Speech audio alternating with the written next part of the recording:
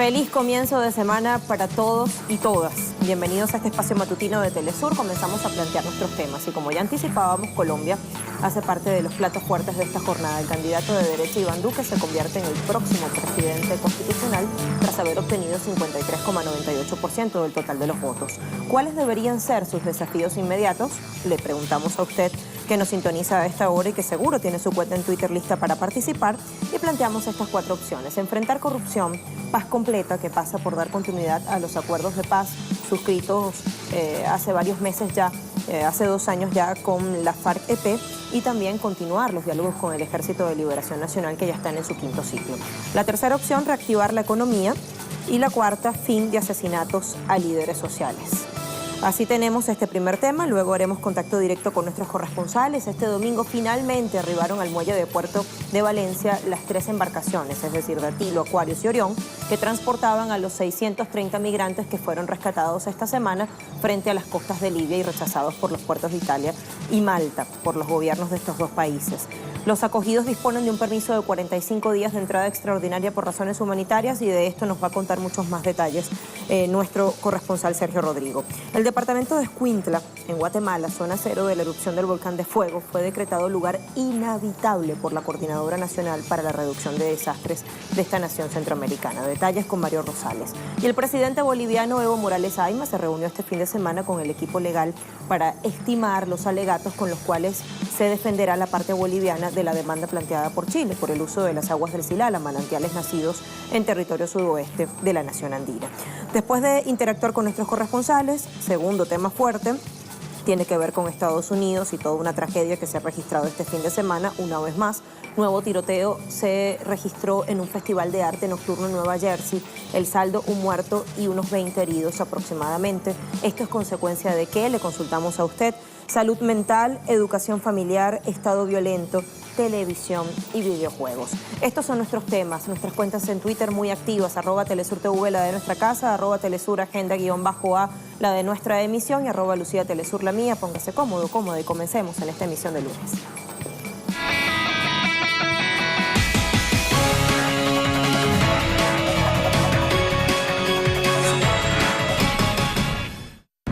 Este domingo, más de 19 millones de colombianos acudieron a las urnas para celebrar la segunda vuelta electoral presidencial, en la que el candidato por el Partido Centro Democrático, Iván Duque, fue electo como el nuevo mandatario para el periodo 2018-2022. Las autoridades aseguraron que la jornada electoral transcurrió con total normalidad, pese a las más de 400 denuncias de irregularidades registradas. A partir del próximo 7 de agosto, el presidente electo tendrá un gran reto, ya que se enfrentará a una amplia y diversa coalición ciudadana que desde el Congreso y los movimientos sociales defenderán la paz para lograr equidad y justicia social en el país. Hoy, en Agenda Abierta, analizaremos los posibles escenarios tras las elecciones. ¿El nuevo mandatario cumplirá con los acuerdos de paz? ¿Combatirá la corrupción? ¿Logrará unificar al país? Repasemos cifras en nuestro recorrido digital y comenzamos por El Espectador. Dice: resultados de segunda vuelta. Ganador, Iván Duque del Partido Centro Democrático. Obtuvo 53,9% de la participación electoral. Esto se traduce en 10.373.080 votos. Su contrincante, Gustavo Petro, candidato por Colombia Humana, por la coalición Petro Presidente, recibió 41,8% del total de los votos, es decir, 8.034.189. Los votos en blanco representaron en esta oportunidad 4,2%. Esto se traduce en 808.368. Y los votos nulos fueron o alcanzaron 1,3%. 265.857 votos. Allí lo vemos con claridad, está la gráfica que tomamos de este portal. Y nos mudamos al siguiente, La Silla Vacía. Titula: con Iván Duque llega el uribismo 2.0 al poder. El uribismo vuelve a la Casa de Nariño después de 8 años de estar en la oposición al gobierno de Juan Manuel Santos. Con 10,3 millones de votos, Duque batió el récord de votación en Colombia por más de 1 millón de votos que tenía Santos en 2014 y logró agregar 2,7 millones que no votaron por él en primera vuelta. Es decir, logró aumentar en 37%, reseña La Silla Vacía. Mientras que Petro sumó 3,2 millones, 66% más que hace 3 semanas. Es decir, ciertamente se estaba reduciendo la brecha y estaban logrando adherir a más personas a su favor. El nivel de participación fue el mismo de la primera vuelta, la más alta en la historia reciente del país, luego de la segunda vuelta de 1998. El mapa de votación no es radicalmente diferente al de la primera vuelta en este quinto balotaje que se celebra en Colombia. El colombiano tiene esta información destacada. FARC propone a Iván Duque discutir los acuerdos de paz. A través de un comunicado de prensa emitido por la Fuerza Alternativa Revolucionaria, FARC manifestó su disposición a reunirse con el presidente electo Iván Duque con miras a discutir los distintos puntos de vista que orbitan sobre la implementación del acuerdo de paz. Abro comillas, es necesario que se imponga la sensatez. Lo que el país demanda es una paz integral que nos conduzca a la esperada reconciliación basada en el bienestar social, la verdad, la justicia, la reparación integral a las víctimas del conflicto y la garantía de no repetición.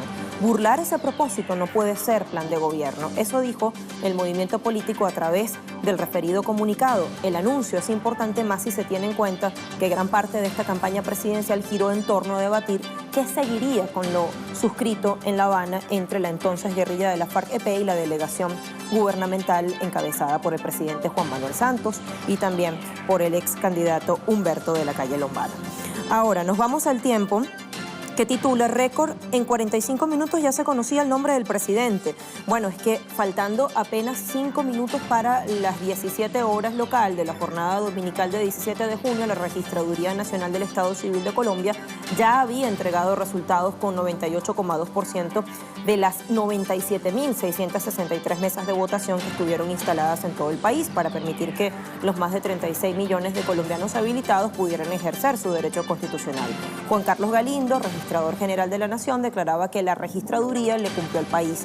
3.800 funcionarios trabajaron para brindarles a los colombianos las garantías plenas y suficientes para ejercer su derecho al voto. Cerramos comillas porque esta era una cita textual de Galindo. Y finalizamos en casa, telesurtv.net, destaca Gustavo Petro gana en Bogotá y en zonas más pobres de Colombia. Cuando vamos al texto, luego de esa fotografía que ya comenzamos a mostrar, se lee que el candidato por Colombia Humana, Gustavo Petro, ratificó su victoria en las zonas más pobres de Colombia y en la capital, Bogotá, durante la segunda vuelta de estas elecciones presidenciales. Petro durante su campaña mantuvo ideales firmes a favor de los sectores más pobres, a favor de los campesinos, con proyectos agrarios y también hablaba de centrar la economía productiva en la agricultura, además de potenciar a la clase media con el campesinado. Sumado a eso, buscaba una educación pública, gratuita y obligatoria para toda la población, potenciar el arte, la cultura, con el conocimiento de las necesidades que pedía el pueblo abandonado de Colombia. Así finalizamos el recorrido digital y queremos adicionar algunos datos importantes a esta hora. Por ejemplo, datos biográficos. El perfil de Iván Duque, 41 años de edad, nació el 1 de agosto de 1976 en una familia acomodada y muy política. Su padre Iván Duque Escobar fue ministro, registrador, gobernador de Antioquia. Es del Partido Centro Democrático, este hombre que resultó presidente electo, esta organización liderada por el expresidente Álvaro Uribe Vélez. Es abogado y fue senador de la República de Colombia entre julio de 2014 y abril de 2018. Antes de ejercer su cargo como senador fue consultor del Banco de Desarrollo de América Latina, fue consultor de la Corporación Andina de Fomento CAF en 1999, representante de Colombia, específicamente consejero principal en el directorio ejecutivo del Banco Interamericano de Desarrollo desde 2001 hasta 2010 y asesor del Ministerio de Hacienda durante el gobierno de Andrés Pastrana, senador de la República 2014-2017. Esto hace parte del perfil de quien ha resultado electo presidente de la República de Colombia para un nuevo periodo de 4 años consecutivos. Vamos a analizar, vamos a profundizar, lo hacemos en compañía de Javier Calderón Castillo, magíster en Sociología, doctorando en Ciencias Sociales de la Universidad de Buenos Aires, UBA, miembro del Grupo de Pensamiento Crítico Colombiano del Instituto de Estudios de América Latina y el Caribe y además es analista del Centro Estratégico Latinoamericano de Geopolítica, CELAC. ¿Cómo está? ¿Cómo le va? Lucía, gracias por madrugar y acompañarnos. Bueno, Javier, ¿qué opción ganó? ¿Regresa el uribismo al poder, ciertamente? Regresa el uribismo al poder, sumado a todos los sectores políticos de la derecha colombiana. Ha ganado una coalición conservadora que se ha arrastrado también a una buena parte del liberalismo, a buena parte de los sectores que gobernaron durante los últimos 8 años con Santos. Así que es como la reelaboración de la estrategia uribista de la primera década del siglo XXI. Como una especie de déjà vu. De déjà vu con muchas modificaciones. Yo creo que la primera de ellas es la aparición de una oposición que quiere gobernar y que va a estar muy activa en estos 4 años para enfrentar las políticas del gobierno de Iván Duque. Todavía no se conoce el gabinete ministerial, es muy pronto evidentemente, pero ya hay algunos nombres que están sonando. ¿Veremos un organigrama de gobierno completamente de derecha? ¿Qué modificaciones podrían introducirse allí? Va a ser un gabinete de derechas que va a representar la idea de gobernabilidad que tiene que construir Iván Duque. El Centro Democrático no es una fuerza hegemónica en el Parlamento, a diferencia de lo que fue en el 2002 y en el 2006 el uribismo. Tan solo tiene 19 senadores de 107 senadores, con los 5 de la FARC. Entonces va a tener que hacer acuerdos con el Partido Liberal, con el Partido de la U, con Cambio Radical, y eso significa necesariamente entregar algunos ministerios, seguir haciendo lo que han hecho siempre, que es dividirse el presupuesto nacional para garantizar gobernabilidad. ¿Cuál es esa idea de gobernabilidad que quiere construir Duque?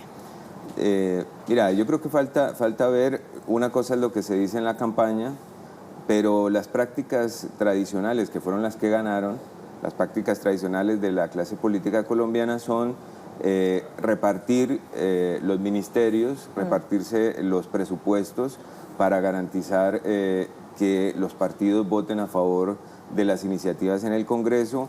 Creo que Duque tiene otra apuesta también bastante grande, que es el tema de meter mano en la justicia colombiana, porque ellos tienen un grave problema, tienen muchos de sus políticos amigos salpicados de corrupción. Oneida Pinto en La Guajira, por ejemplo, solo para mencionar a alguien, pero también los 87 ex senadores y ex representantes a la Cámara que fueron condenados por paramilitarismo, la cantidad de denuncias que tiene el propio Álvaro Uribe por delitos de lesa humanidad, por corrupción, por sus vínculos con el narcotráfico.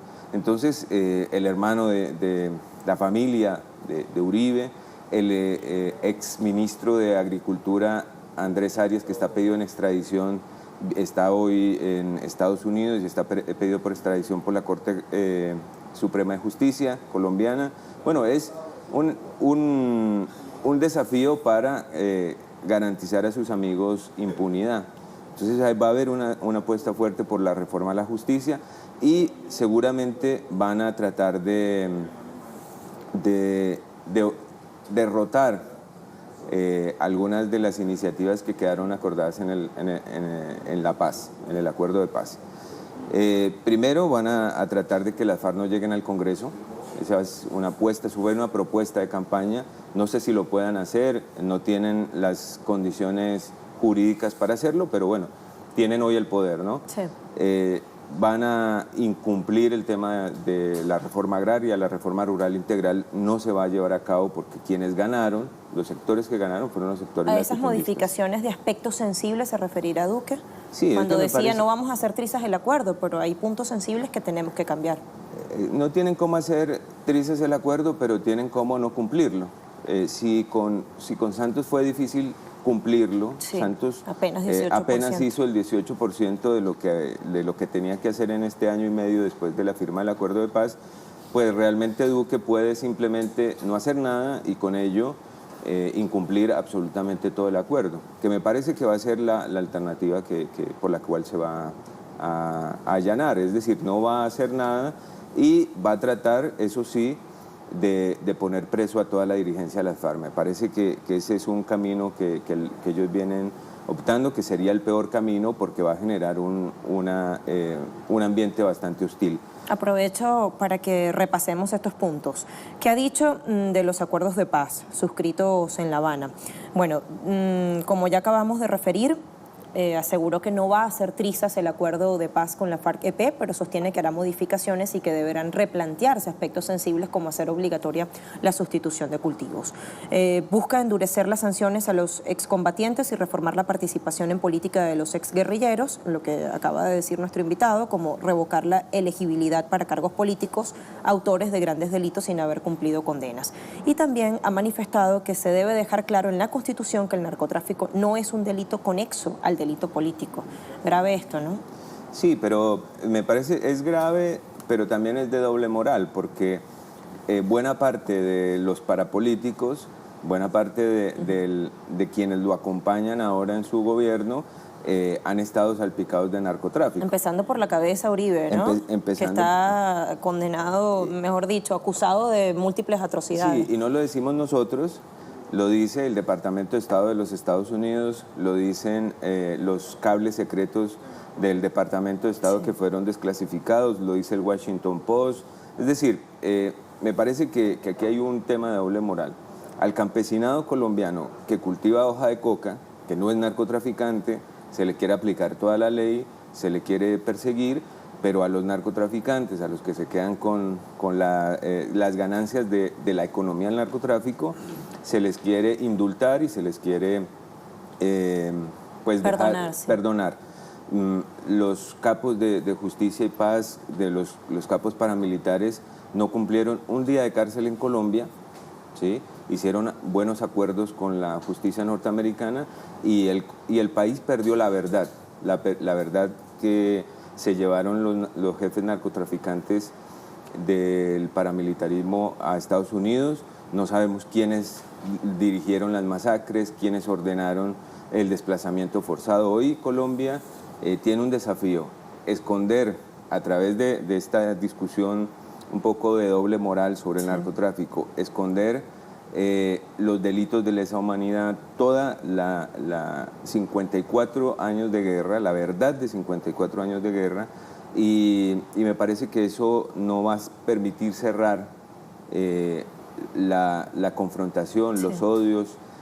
La paz necesita la verdad, y me parece que lo que el uribismo no quiere es precisamente la verdad, porque ellos se van a ver bastante salpicados. Ahora, pero el anhelo colectivo sin duda alguna es la paz, ¿no? Y mucho ha costado que Colombia transite hacia ese camino, cantidad de asesinatos, de desaparecidos, de torturados, etcétera. Sí, Duque no lo va a tener fácil porque tiene enfrente 8 millones de personas que votaron a favor de Petro, con un programa de gobierno, no solamente que respetaba la paz, sino un programa de gobierno con un proyecto económico distinto, con una perspectiva de derechos. Que significaba cambio en que toda significaba su dimensión, cambios. ¿no? Una buena parte del electorado de Duque no votó en contra de la paz. Yo creo que también ahí hay que hacer una diferencia. Ahí hubo un sector de los votantes de Duque que estaban atemorizados con la idea de que un gobierno progresista llegara. Es que les funcionó la venezolanización de la campaña, pareciera. Les funcionó la venezolanización, pero también les funcionó esta idea del adagio popular que es mejor malo conocido que bueno por conocer, que me parece que es una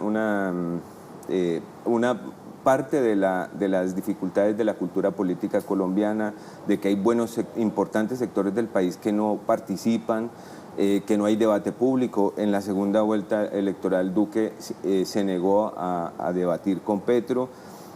Los canales de televisión, la prensa se mostró claramente en favor de Duque, no permitió, digamos, que la ciudadanía conociera realmente los programas, los debates de fondo.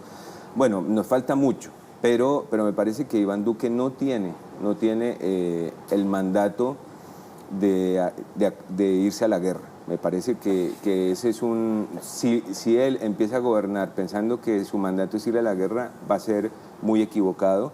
Se va a ver en la configuración de su gabinete, más allá de lo retórico, se va a ver también en las acciones que empieza a desarrollar respecto a los acuerdos, a la mesa de diálogo con el ELN, por ejemplo, que sigue activa. Claro. Él no ha dicho nada. El uribismo, hay que recordar... ¿Podrían proseguir esas conversaciones en La Habana? Yo creo que van a proseguir. Seguramente él va a tratar de cambiar al equipo negociador, pero yo creo que hay que recordar que en el 2006, en pleno gobierno en lo más duro del gobierno uribista, él intentó un acuerdo de paz con el ELN y desarrollaron unos diálogos en La Habana, con lo cual me parece que el debate va a seguir. Ellos no tienen carta blanca para iniciar un ciclo de violencia. Me parece que también están enfrentados a una situación grave en materia económica. Iván Duque no va a tener los recursos que tuvo Álvaro Uribe en la década donde los commodities estaban muy altos, donde el petróleo estaba a 120, 130 dólares y Colombia empezó a producir petróleo. Colombia no es un país petrolero. Ha sido una economía urgida de reactivación, ¿no? Claro, es una economía que necesita reactivación, pero que no puede reactivarse por vía del petróleo y necesita buscar otra alternativa de productividad, que sí la tenía, era la agenda de gobierno de Petro, porque aquí estuvimos en una campaña donde la iniciativa programática de una transformación del país la tuvo la campaña de Petro, y Duque tuvo una campaña del miedo a unas entelequias como el castrochavismo, a unas entelequias como la ideología de género, en una campaña apelando a los sentimientos más conservadores de la sociedad. En Facebook la gente celebraba y decía que bueno, no nos vamos a convertir como Venezuela. Sí, una pena, pero por la bajeza del debate, porque mucha gente votó contra sí misma. En las regiones uno empieza a ver los municipios que votaron a favor de Duque, son municipios pobres, son municipios que no tienen derechos, son municipios que no tienen trabajo, son municipios donde el conflicto fue también muy duro, por ejemplo en Antioquia. Entonces, pero bueno, eso es parte de la reflexión que también tienen que hacer los sectores progresistas para tratar de ganar en el 2019. Se avecinan unas elecciones muy importantes que siempre son como las primarias para las elecciones presidenciales. En el 2019 se eligen alcaldes, gobernadores, concejales, diputados departamentales, y ahí el progresismo tiene que hacer territorio. La izquierda con todo ese caudal enorme de votos que logró conseguir. Mira, Petro ganó en Santa Marta, Cartagena, Cali, Bogotá. Bucaramanga. Es decir, una buena parte de la Colombia urbana, salvo Antioquia y el eje cafetero, creo que se empezó a despegar del pasado, de la clase política tradicional. Y esto son cosas muy importantes. El discurso de Petro anoche creo que fue planteado en esa perspectiva. Él plantea, yo no quiero ser oposición porque yo soy alternativa de gobierno, dice Gustavo Petro. Me parece que él va a ser 4 años de una oposición, no pensando en quedarse en la oposición, sino en ser gobierno. Y me parece que eso va a indicar una ruta bien importante. Pero sí significará una suerte de muro de contención ante todos estos temas tan sensibles y tan importantes que tienen que ver con la paz, pero también con la economía y otros puntos importantes. Sí, Duque no quiso debatir en la campaña, pero siendo presidente va a tener que debatir con el hoy senador de la República, Gustavo Petro, con 8 millones de votos. O sea, es el senador más votado del país. Entonces va a tener un sparring bastante duro, un contendor de peso que seguramente va a estar con una agenda muy activa para construir su alternativa de gobierno en el 2022. Primera vicepresidenta mujer. ¿Esto nos da luces de que tal vez podría haber un mayor liderazgo femenino dentro del organigrama gubernamental? Desde hace varios años se vienen ingresando las mujeres a la política. Lastimosamente vienen ingresando sectores bastante poco, digamos, modernos de las mujeres. Digamos, hay mujeres en Colombia que se la han jugado por las transformaciones, por la reivindicación de derechos de las mujeres, y lastimosamente Marta Lucía Ramírez no es una de ellas. Marta Lucía Ramírez representa a un sector muy ligado a las fuerzas militares, muy ligados especialmente a los grupos de vigilancia privada. Ella, cuando fue ministra de Defensa de Uribe, impulsó, multiplicó los grupos de seguridad privada. Colombia hoy tiene más empleados en la seguridad privada que militares. Entonces, eso es lo que representa Marta Lucía Ramírez, una mujer con un pensamiento bastante atrasado, bastante conservador. Bueno, ella llevó todo el Partido Conservador a esta alianza con Iván Duque. Entonces, va a estar pensar que los tipos de liderazgo irán por esa vía, por ese Sí, perfil. lastimosamente va a estar una mujer, no una mujer con un pensamiento transformador de la política y de la política para las mujeres, lastimosamente. Después de toda esa venezolanización de la campaña, vuelvo sobre eso, ¿qué debe esperar Venezuela, su pueblo, a partir de este triunfo en el vecino país? Bueno, yo creo que hay que estar bastante atentos. La política exterior colombiana está bastante atada a la política del Departamento de Estados, de los Estados Unidos. Duque va a tratar de hacer un gobierno muy parecido al de Trump, muy para los ricos. Bueno, ya lo ha anunciado, que va a seguir quitándole impuestos a los ricos colombianos y va a ponerle más impuestos a los pobres. Lo tradicional, ¿no? La fórmula no falla. Entonces, yo creo que hay que estar muy atentos.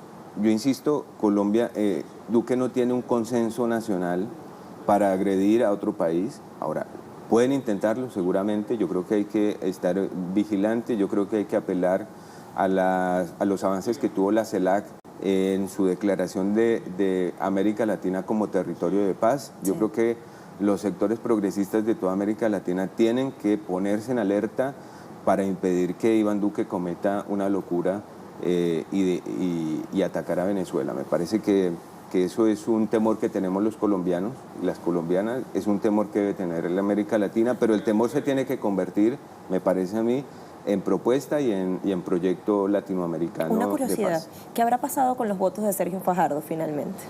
Mira, anoche analizamos un poco con Tatiana y decíamos que una buena parte de los votos de Fajardo se fueron con Duque. No hubiera podido ser de otra manera, claro. Con el crecimiento que tuvo Duque. Otros se fueron con Petro y otros le siguieron su consigna del voto en blanco, muy poco, solamente el 4% votó en blanco, con lo cual Fajardo, bueno, dispersó su votación. Sí. Me parece que aquí el gran perdedor es Fajardo, que en la primera vuelta fue el gran ganador, en la segunda vuelta fue el gran perdedor. Me parece que se desdibujó, y en la política ser timorato, ser miedoso no funciona. Y andar con medias tintas. Él fue muy medias tintas y me parece que si no recompone rápidamente esa figura va a terminar saliendo de la arena política, ¿no? Sí. Le preguntamos a nuestra audiencia lo siguiente. El candidato de derecha Iván Duque se convierte en el próximo presidente de la República tras haber obtenido 53,98% de los votos. ¿Cuáles deberían ser sus desafíos inmediatos? Enfrentar corrupción, 30% lo cree así. Paz completa, que decíamos tiene que ver con dar continuidad a los acuerdos de paz y proseguir con los diálogos, las conversaciones con el ELN mudadas ahora a La Habana. 28% considera esto, 9% cree que reactivar economía y 33%, ahí está la mayoría, cree que poner fin a los asesinatos a líderes sociales, comunitarios y campesinos del país. Un último comentario al respecto, Javier, para ya despedirnos. Sí, me parece que Colombia, a pesar de que ganó Iván Duque y continúa con su política neoliberal, con su política tradicional, ganó mucho. O sea, yo creo que América Latina tiene que saber unas elecciones muy distintas, que fueron, ¿no?, unas elecciones muy distintas, que hay un progresismo hoy activo, que Petro ganó en la calle, que Petro ganó en sus propuestas, que Petro y el progresismo en general y la sociedad colombiana ganó, porque hoy hay una ciudadanía muy activa que seguramente va a estar trabajando en función de ser gobierno en el 2022. Me parece que hoy hay una ciudadanía empoderada de la idea de construir una alternativa al pasado. No es fácil construir estas alternativas, pero creo que esto hay que decirlo, no hay que allanarse a la tristeza y ponerlo en su justa dimensión, ¿no? Porque la mayoría de la gente, o mejor dicho, hay gente que dice, no, la mayoría tuvo miedo, pero ¿qué tan cierto es eso? Está ese caudal de votos de poco más de 8 millones. Sí, hay un sector que sigue teniendo miedo, y me parece que eso fue lo que hizo la diferencia, pero yo creo que se empezaron a abrir las compuertas de una ciudadanía que Gustavo Petro dice que está libre, y está libre de la compra-venta de votos, está libre de la corrupción, que no quiere más de lo mismo, y que también está cansada de los efectos del neoliberalismo, porque me parece que Iván Duque hizo muy bien para su campaña, hablando de Venezuela, pero claro, desviando la atención a los graves problemas que tiene Colombia. En Colombia hay casi 7 millones de personas que se acuestan sin comer, hay una pobreza galopante. Niños muriendo de desnutrición. Lo que ganan los colombianos no alcanza para llegar a fin de mes, así que yo creo que ahora sí le toca gobernar hablando de Colombia, y esto va a ser interesante. Javier Calderón Castillo, muchísimas gracias por habernos acompañado en nuestra agenda abierta, destacado académico y analista del Centro Estratégico Latinoamericano de Geopolítica. Le despedimos, una pequeña pausa y ya venimos con nuestro espacio matutino de Telesur. No se vaya.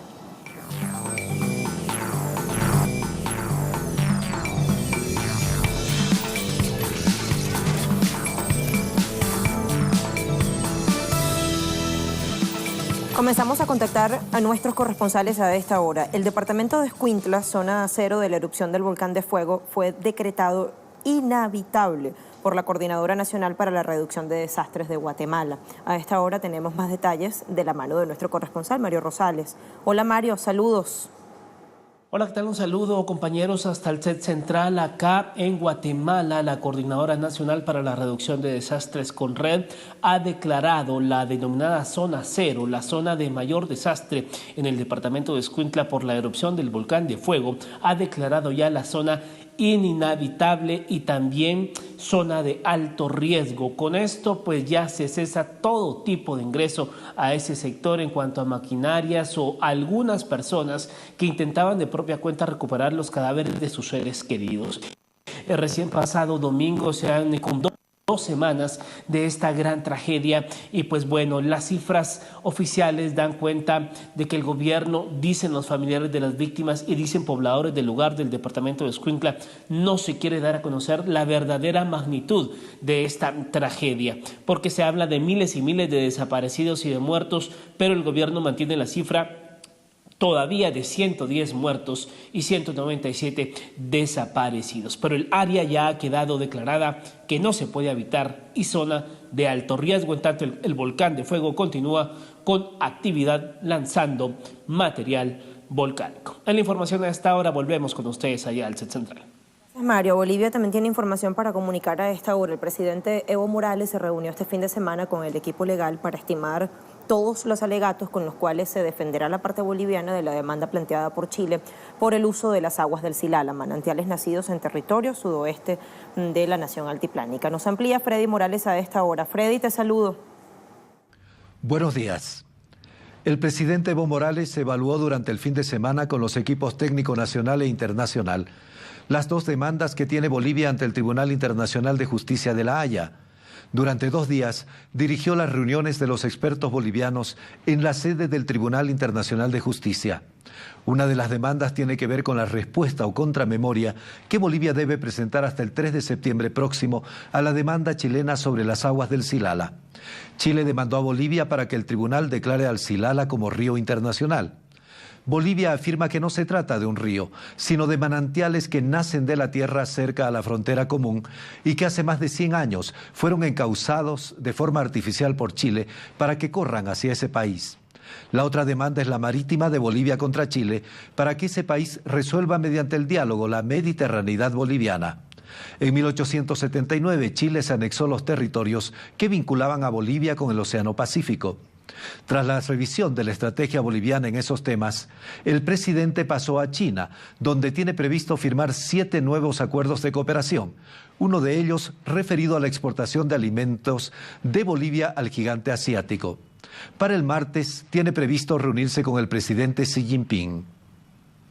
Gracias, Freddy, por todos los detalles. Ahora tenemos que decir que las 3 embarcaciones que transportaban a los 630 migrantes rescatados por el buque humanitario Aquarius ya están en el puerto de Valencia. Entre cánticos, sonrisas y rostros de cansancio arribaban estos migrantes al referido puerto. Fueron atendidos por un gran dispositivo de emergencia tras haber pasado 8 días continuos de dura travesía en el mar. A esta hora, detalles con nuestro corresponsal Sergio Rodrigo, siguiendo muy de cerca esta situación. Sergio, ¿qué es lo último? Muy buenas, Lucía. Bueno, efectivamente, ya en el puerto de Valencia el barco humanitario Aquarius. De momento las 630 personas han sido derivadas a los puntos de acogida en todo el territorio del Estado español. Desde anoche ya comenzaban a salir autobuses del puerto de Valencia hacia los diferentes puntos donde van a ser acogidos estas personas en las que viajaban, esos 130 menores no acompañados que de momento se le ofreció asistencia y se han quedado bajo responsabilidad de la Comunidad Valenciana. Actualmente el buque Aquarius insiste en que va a partir de nuevo a la zona SAR de las costas frente a Libia, en aguas internacionales, en búsqueda de rescate de migrantes. Lo hará junto a la ONG española Proactiva Open Arms. Van a salir en el día de hoy, esperan llegar en los próximos 4 o 5 días a la zona de salvamento, porque insiste, hay un abandono total de las vidas que siguen jugándose en el Mediterráneo, y hay que recordar, cifra para no olvidar, desde 2014 15.000 personas han muerto en esa ruta entre Libia y el sur de Italia. Sergio, por todos los detalles. Hasta pronto. Bueno, despidamos a nuestros 3 corresponsales de la jornada, a Mario Rosales, a Freddy Morales y a Sergio Rodrigo desde España. Y vamos ahora a virar en la información, a virar al otro lado del estudio. Julie Torres ya esperándonos para información deportiva. Un domingo de mucha emoción con el Mundial, ¿no? Claro que ¿Cómo sí. estás? Feliz Bien, lunes. Y así, madrugando con esta emoción deportiva, el fin de semana nos sacudió. Los grandes favoritos le están debiendo a la cita mundialista. Grandes revelaciones. Tuvimos a México, un México actuación, que ¿no? creció, que venció a la gran favorita Alemania. Muchísima emoción tuvimos durante este fin de semana. Estábamos en emisión y todos querían correr a ver el juego. Sí, no, nosotros Alemania. Acá saltando y todo, pero sí, en realidad muy contentos con todo este desenvolvimiento de y las Brasil selecciones está en deuda también. con su fanaticada, ¿no? También, Brasil se fue con un empate que en realidad no se esperaba. Bueno, empieza a desarrollar y a mostrar imágenes, compañeros. Vamos con los deportes.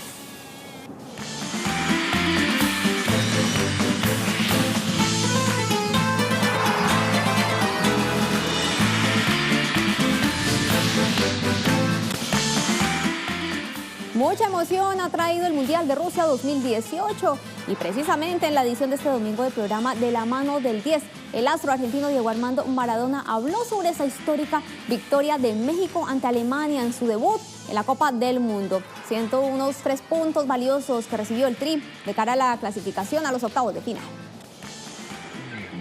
El argentino alabó el trabajo de la selección mexicana, ya que supo solucionar rápido los problemas con buenos jugadores y con buena posición de balón para desestabilizar el juego de la actual campeona. Es decir, México no le regaló nada a Alemania y agregó que pudo haber sido un resultado más abultado. Pero lo de México me impresionó por la precisión en la mitad de la cancha en adelante, no tanto en el área. Si México llega a ser el 50% de lo preciso que fue en la mitad de la cancha en el área de Alemania, estaríamos hablando de un 3-0 o un 4-0. Maradona reiteró su impresión por el buen partido y el buen papel que tuvo la selección mexicana en el campo. Además de eso, comentó lo que más le gustó del encuentro. Exacto, a mayor velocidad, menor precisión. Eso es desde siempre. Y México hoy tuvo las dos cosas. Tuvo velocidad y precisión. Solo falsó en el área. Exacto, donde las papas queman. Lozano hizo un golazo enganchando para adentro, pero antes había tenido el Chicharito y no le supo pegar de zurda, no sé lo que quiso hacer. Pero México no abandonó nunca su lugar en la cancha. Lo que más me gustó es que si fallaba uno, tenía el relevo constante del otro. O sea, iban escalando y Alemania no sabía a quién dársela. Tal es así que muchas veces recurrieron a la pelota a los costados y saliendo tenían que alejarse del arco. En vez de aproximarse a Ochoa, se alejaban. El jugador insignia del albiceleste recordó lo importante que fue la relación con su papá y lo importante que fue para su vida. Por su parte, el periodista deportivo Víctor Hugo Morales le recordó su condición de hijo. De mi viejo a los viejos de los jugadores de hoy, que es mi viejo, hacía los asados, hacía las ensaladas, hacía todo él. Y a él no le importaba salir a tapa de gráfica. O decirme a mí, ¿por cuánto renovaste, hijo? No, él nunca me preguntó nada de eso. Él lo único que quería es que yo me sentara a la mesa con él. El astro argentino le deseó un excelente día a todos los padres del mundo y reiteró que el regalo que recibió en esta edición del programa fue por parte de sus hijos. Yo te agradezco con el alma en el Día del Padre. Los felicito también. A todos los padres que ven Telesur, vaya mi cariño eterno. Y la verdad que esto viene como un regalo de todos mis hijos que me han llamado y claro, uno está tan metido en el trabajo que no se acuerda si es el Día del Padre o si cumpleaños, pero la verdad que bueno, muchísimas gracias. Muchísimas gracias.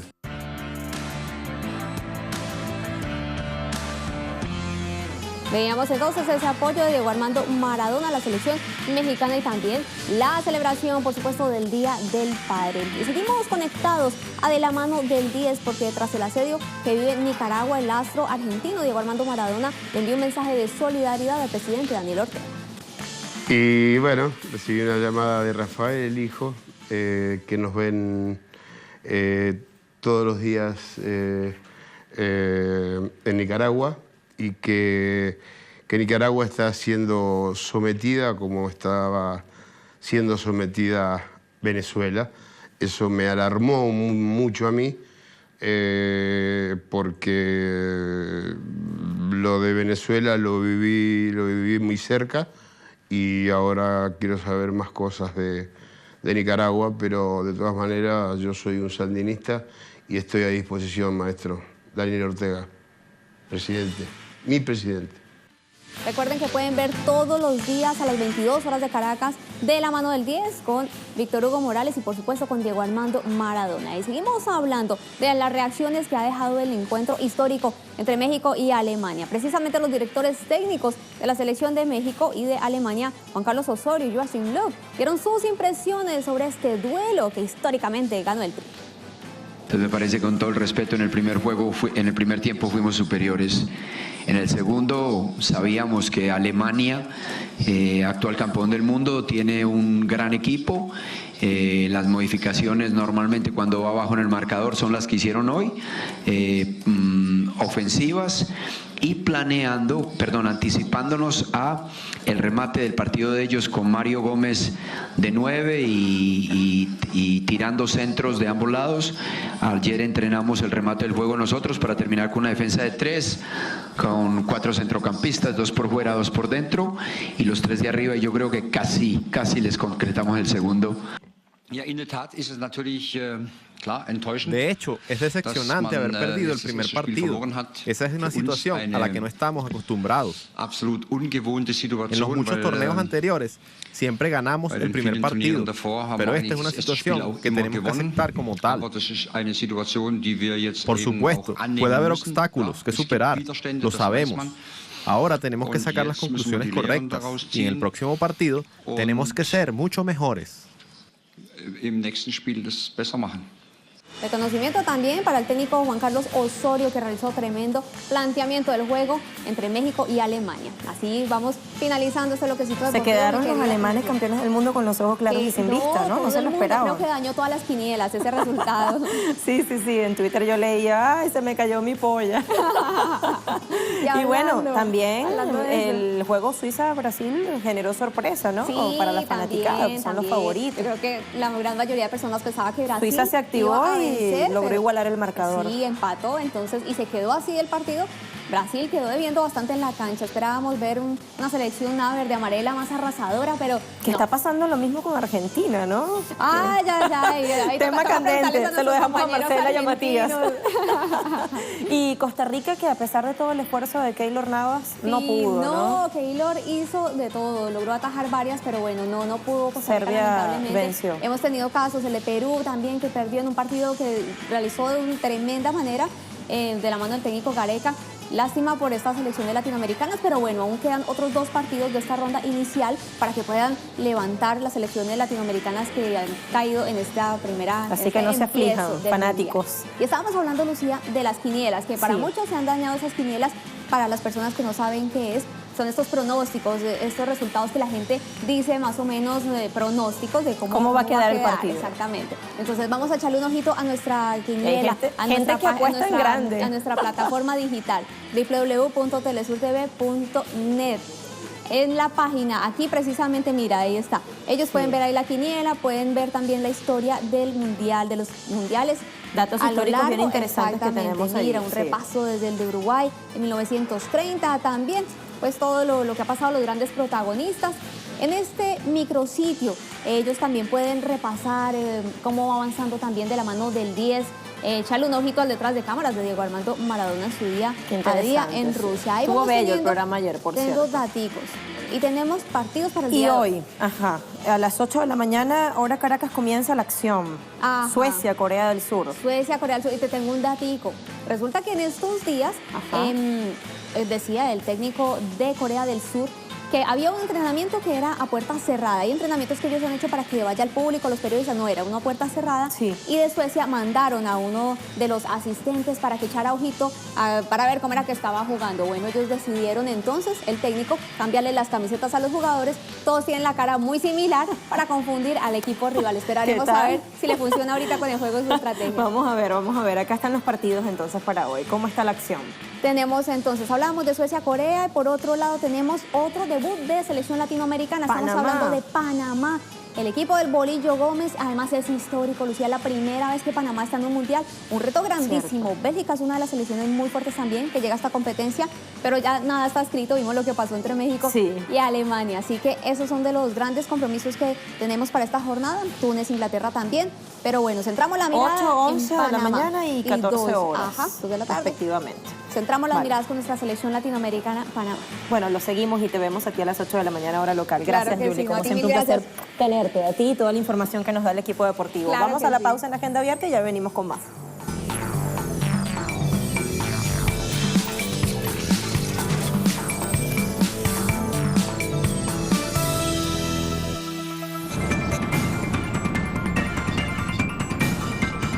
Este domingo, un nuevo hecho de violencia tuvo lugar en Estados Unidos, cuando una persona murió y más de 20 resultaron heridas tras un tiroteo en un festival nocturno en Nueva Jersey. 2 atacantes abrieron fuego contra una multitud presente en un acto en la localidad de Trenton. Los médicos señalaron que 4 de los heridos se encuentran en estado crítico, incluyendo un niño de 13 años. El tiroteo en Nueva Jersey ocurre en medio de un debate sobre las leyes de armas en Estados Unidos, que se profundizó tras la masacre de 17 personas en febrero en una escuela secundaria en Parkland, Florida. Ciudadanos estadounidenses continúan exigiendo al gobierno del presidente Donald Trump endurecer las políticas para el porte de armas de fuego, el cual se ha convertido en uno de los principales males del país. ¿Tomará medidas el gobierno norteamericano o seguirá haciendo caso omiso a esta problemática? Queremos presentar otros datos. Vamos a comenzar por casa, telesurtv.net, que aporta: tiroteo en Nueva Jersey, Estados Unidos, deja un muerto y 20 heridos. Según distintos medios locales, la balacera comenzó cerca de las 2:50 de la madrugada del domingo, hora local, en el festival Art All Night, Arte Toda la Noche, un evento cultural comunitario que presenta arte, música y comida durante varias horas. El tiroteo provocó una estampida entre unas 1000 personas que estaban en ese lugar. 16 de los heridos fueron tratados por heridas de bala, mientras que la naturaleza de las demás lesiones no ha sido precisada. Se dice que fue por la estampida que generó esta masacre. Luego, El Financiero: abaten a sospechoso de tiroteo en Nueva Jersey. Un sospechoso armado recibió un disparo mortal después de que varias personas abrieran fuego tras los tiroteos en este evento en la ciudad de Trenton, aproximadamente a unos 1000 kilómetros, o digo bien, a unos 100 kilómetros al suroeste de la ciudad de Nueva York. Los fiscales dijeron que un hombre de 33 años de edad murió y un segundo sospechoso fue arrestado. También dicen que investigan si el sospechoso murió por disparos de la policía u otros presentes en la escena del hecho. Además, informaron que estiman que habían más de 1000 personas en el festival cuando comenzó la violencia. Ahora nos movemos a este portal Nuevo Herald, 10 pasos modestos para detener la violencia con armas de fuego. Después del tiroteo que ocurrió hace poco en una escuela de Texas y que cobró 10 vidas, el presidente entrante de la Asociación Nacional del Rifle de Estados Unidos, Oliver North, no culpó a las armas, sino a una cultura de la violencia surgida a partir de películas violentas y videojuegos. Por su parte, el vicegobernador de Texas, el republicano Dan Patrick, culpó a la excesiva cantidad de accesos de entrada y salida en las escuelas y a las leyes liberales sobre el aborto, que según afirmó, devalúan la vida. Imagínense con qué lo relaciona. Sin embargo, este medio señala que esos argumentos distan muchísimo de la realidad. Y es que una razón por la cual los estadounidenses en la adolescencia tardía tienen 82 veces más probabilidades de ser asesinados con armas de fuego que sus iguales en otros países desarrollados es simplemente que Estados Unidos está atiborrado de armas. Hay cerca de 300 millones de ellas, una cifra verdaderamente alarmante, y para este lado del mundo resulta realmente escandaloso porque no hace parte de nuestra realidad. OneTech publica: Facebook prohibirá mostrar anuncios de accesorios para armas a menores de 18 años de edad. En un país en el que, como acabamos de leer, hay más armas que habitantes, es preocupante ver la pasividad que determinadas empresas toman con respecto a este asunto. Para muchos, lo realmente sorprendente de esta noticia es que al día de hoy, Facebook todavía permita que algunos anunciantes, publiciten productos como fundas, linternas, ópticas o revistas relacionados con armamentos a menores. Esto tiene los días contados porque Facebook exigirá a los anunciantes que restrinjan este tipo de publicidad o de anuncios para mayores de 18 años de edad.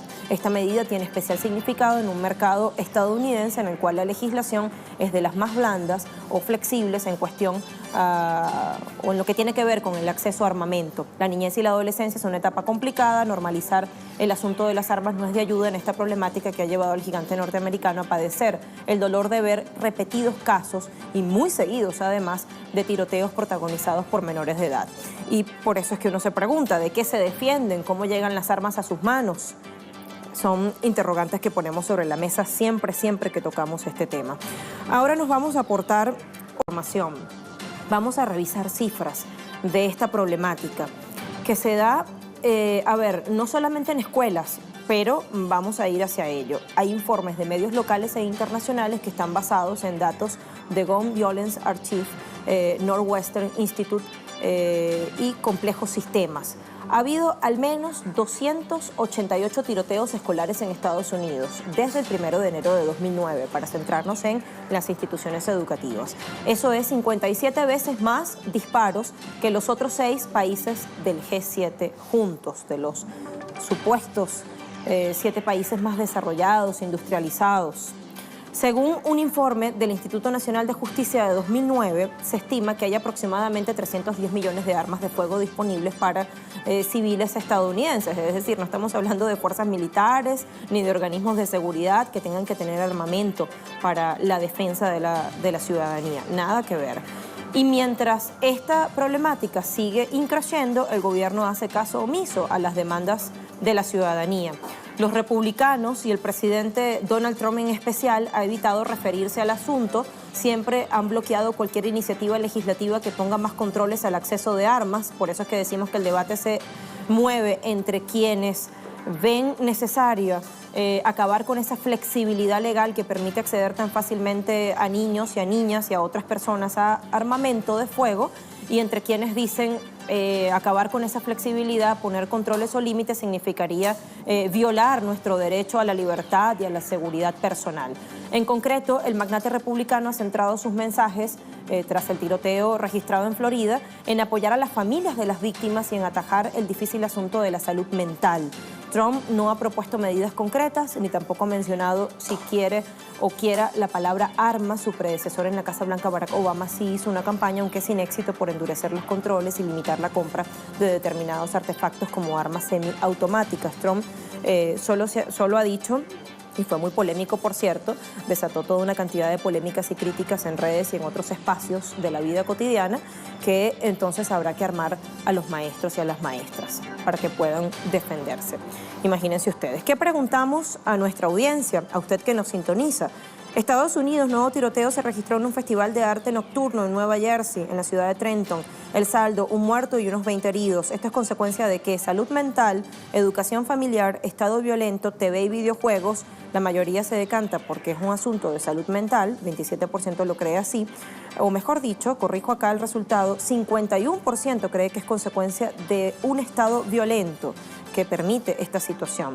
En segundo lugar, sí está salud mental. En tercer lugar, TV y videojuegos. Y por último, educación familiar. Si Twitter nos permitiera, habríamos colocado todas las anteriores. Y tal vez mucha gente se habría decantado por esa opción. Bueno, ahí está la pregunta colgada, @telesuragenda_A. Nuestra cuenta para que participe, también @telesurtv y @luciatelesur la mía.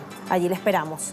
Una vez finalizada esta emisión, que ya estamos en estos últimos minutos para presentar a nuestro compañero Giovanni Noguet. ¿Cómo estás? No te eché de menos porque te vi el fin de semana. Hola, Luz. Sí, hemos estado muy interconectados este fin de semana también. Mucho. Y hemos estado muy al tanto de la realidad colombiana que estabas mostrando a través del análisis al día de hoy. ¿Y por allí vas a comenzar tu ronda de noticias? Por supuesto, por ahí vienen los titulares, hay muchos más temas, pero de ello lo decimos en breve, solo en breve. El tiempo apremia, aprovechemos. Gracias, Luz. Chao, un compañero. placer. Bienvenidos, amigos televidentes, estamos ya en tiempo de titulares, acompáñenos.